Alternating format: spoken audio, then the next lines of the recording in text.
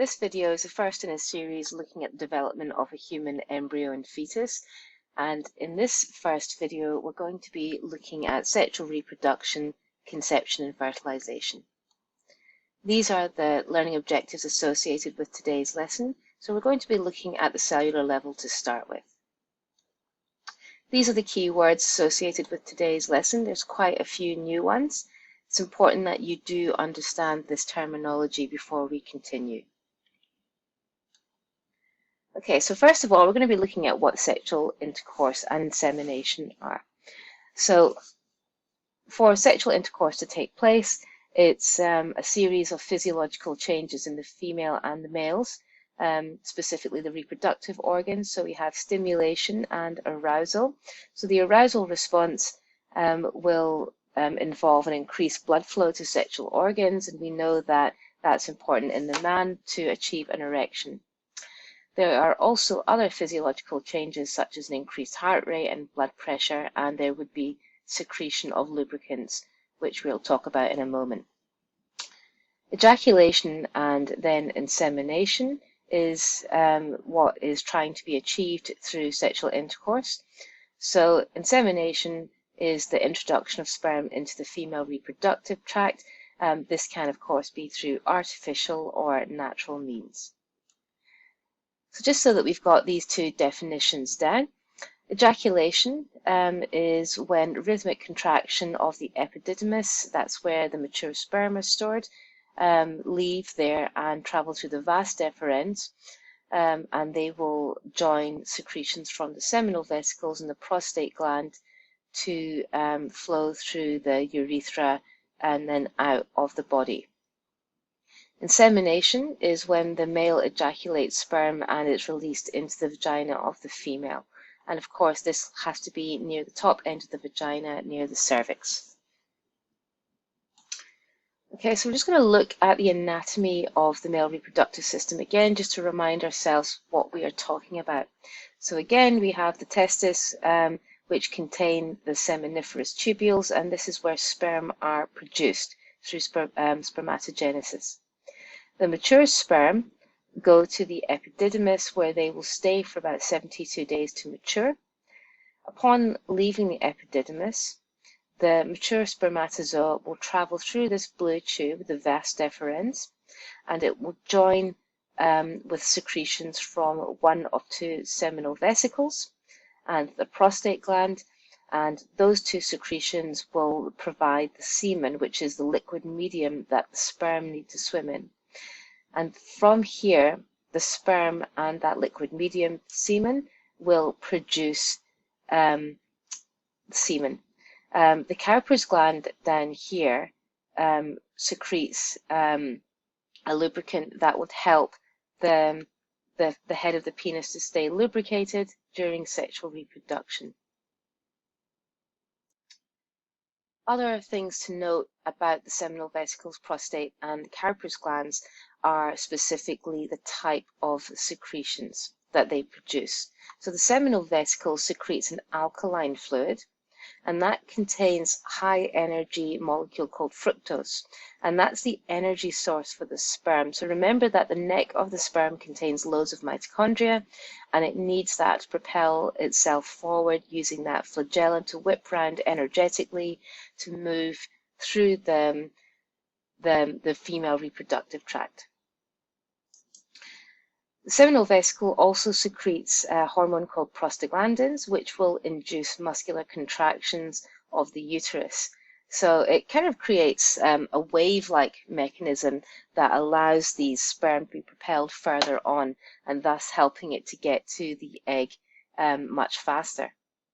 The prostate gland will also secrete a liquid, and this is a milky fluid that will enhance motility and mobility of the sperm, and it also neutralizes the acidity of the vagina. So it's important to note that the secretions from the male are more alkaline to help neutralize the acidity.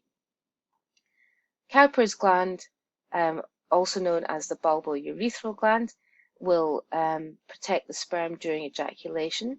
It also lubricates the head of the penis and again neutralizes any acid from the urine. Okay, so now that we understand how the semen is formed and the different functions of those fluids, we're going to look at fertilization now. So if we start by looking at this picture of the egg, we can see that it has these layers of cells round about it. And these layers of cells are called the corona radiata. Now, these cells are follicle cells that are held together by this cementing material, which is acidic. The inner layer that forms underneath that is called the zona pellucida, as you can see here. So they've got a couple of layers that the sperm needs to get through before it can actually fuse with the pronucleus of the female here. So these acidic cells are broken down by the acrosomal digestive enzymes found in the head of the sperm. Now, collectively, all of those sperm that surround this egg will help to break down the outer layer. So it's not just one sperm that does that. So you can see here in this diagram zoomed in image, you've got the acrosomal head of the sperm, and it contains those powerful digestive enzymes, and collectively all the sperm contribute their digestive enzymes to break down the corona radiata, and we start to go through to that next layer known as the zona pellucida. Now, as the sperm start to break down those layers, the head of the sperm will start to break through and get into the ovum. Once that happens, the nuclei will fuse and a zygote is formed. So, as mentioned before, the male and female pronucleus will fuse together, and once this happens, the two N-number pronuclei, which is 23 chromosomes each, will fuse together to form a 2N zygote. So then the zygote has the 46 full chromosome complement.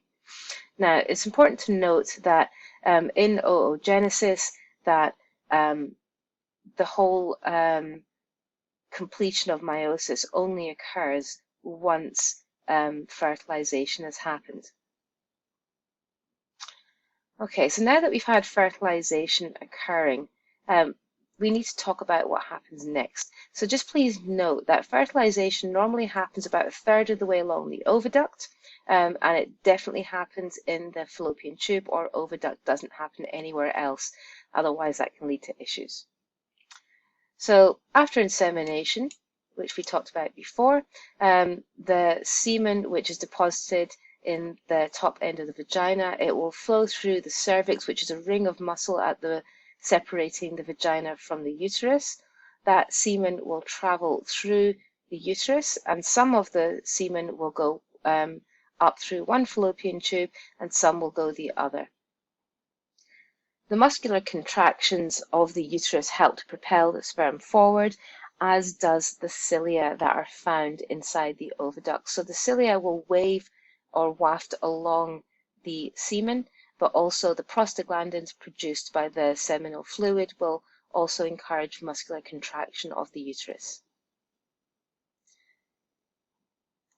Okay, here's a really good YouTube video just summarizing everything we've talked about. I would absolutely recommend that you watch it. It's a really good animation showing how fertilization occurs. Now that we've completed the first half of this lesson, I would recommend that you pause here and complete questions 1 to 7 on pages 17 and 18 of your booklet, and please use textbook pages 303 to 305 to help you. Okay, so now we're going to be moving on to the next part of the booklet. So we're going to be focusing on page 18, and we're going to be summarizing what happens at fertilization first of all. So the sperm arrives at the ovum, and we know that the sperm contains digestive enzymes found in the acrosomal head, and this breaks down that cementing layer of those follicular cells and acid in the corona radiata. Once the sperm break through the corona radiata, they arrive at the zona pellucida, and the membrane of the sperm breaks through the plasma membrane once it's broken down the zona pellucida, and what happens is the pronuclei of both the male and the female will fuse together, and this will create a fertilized egg known as a zygote. So now we're going to be looking at what happens after fertilization. So we've had sexual intercourse, insemination, fertilization, and now we have a zygote. So immediately after that fertilization event, a zygote is formed, and it will start to divide by mitosis very, very quickly. So it goes through rapid proliferation. Now it's important to note that if you look at this diagram at the bottom, the actual size of the cell doesn't change, but the rapid division of producing lots and lots of cells inside does happen. So after the zygote, the first phase is known as cleavage. You can see here that the cells are cleaving apart and again and again.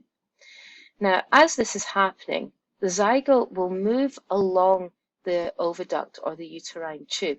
And because it's an egg and it's round, it can't propel itself forward. So it's relying on the beating cilia found in that uterine tube or oviduct to move it forward. After about day 3, we have a solid mass of cells forming in a ball, and this solid ball of cells is called a morula. Okay, so in this diagram here, we're summarizing those events that we've just discussed. So we've got ovulation of the ovum, leaving the ovary and moving down the oviduct. We then have fertilization, and then we have that rapid division of cells. So we have the zygote rapidly dividing through that stage called cleavage, and then we have that solid ball of cells called the morula. Now the next stage that we want to look at is the formation of a blastocyst. So the zygote, as we said, travels down that uterine tube and begins those rapid mitotic divisions of cleavage, and then eventually after the morula phase we get the blastocyst. Now the blastocyst is really important. This is what will burrow into the wall of the endometrium in the uterus.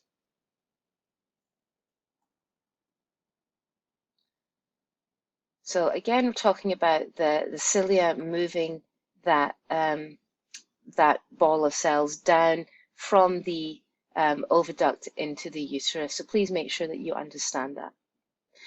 Okay, so we're now going to go back to look at the blastocyst in more detail. So the blastocyst is formed about 6 days to a week after the first fertilization event following sexual intercourse. Now this ball of cells is actually hollow. So it has a cavity here, as you can see in this top picture, and it has this cluster of cells to one side known as the inner cell mass. Now this inner cell mass, sometimes known as the embryoblast, is really significant because this is what develops into an embryo and then a fetus and eventually a baby. Now these cells are undifferentiated at this point. These are known as stem cells, and we'll talk about them in a couple of lessons' time. But these cells, again in this cartoon picture highlighted in green, are going to form the embryo. So this little animation just shows what happens after fertilization. We can see our blastocyst implanting into the wall of the uterus, which is known as the endometrial lining. So the blastocyst will go into the uterine cavity for a few days, and then it will start to burrow in and embed into the endometrial lining. So that's about days 7 to 8.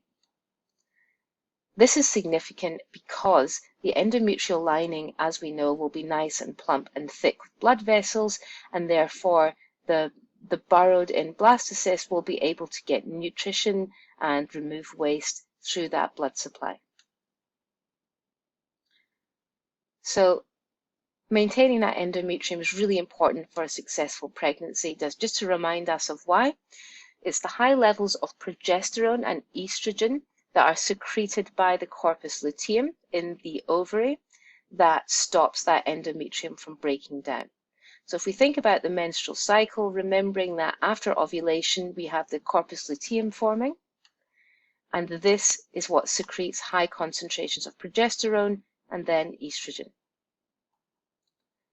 Later on, as the pregnancy develops, the placenta is formed. So this is a brand new organ, and this takes over the role of maintaining the endometrial lining. So here again, just summarizing what happens pictorially. So summarizing what we've talked about, the sperm breaks through the corona radiata, that's those cells around the outside, and then it goes through the zona pellucida, which you can see in gray, and then eventually the male pronucleus will fuse with the female pronucleus, resulting in a zygote. The zygote will rapidly divide and go through a series of mitotic divisions. So we have the zygote, then we have cleavage, and then we have a morula, and then the blastocyst with its inner cell mass off to one side. The inner cell mass is what becomes the future embryo and then fetus, and this blastocyst is able to burrow in and stick into the wall of the uterus because the corpus luteum, shown here, is secreting high concentrations of estrogen and progesterone, which helps this endometrial lining to stay where it is and not be shed in a period. In this close-up picture here, you can see that the blastocyst is burrowing into the wall of the endometrial lining, and implantation is beginning. Now, this is the first stage of a successful pregnancy, and as we look at future lessons, we will learn how this blastocyst develops. Now, in other cases, you can get an ectopic pregnancy, and this is where implantation of that blastocyst occurs somewhere else other than the uterus. It's not necessarily in the oviduct, it can be in other places as shown in this diagram, but sadly, the pregnancy is not viable if it's anywhere else and the embryo will not survive. Nowadays, there is really clever science where the embryo can be detached from where it is in some cases and reimplanted into the wall of the uterus. But if that can't be achieved, then unfortunately the pregnancy will not continue. Okay, so that's the end of this lesson. Please make sure that you read your textbook up to and including page 307 and complete booklet pages 18 to 21 and the textbook review questions on pages 305 and 306.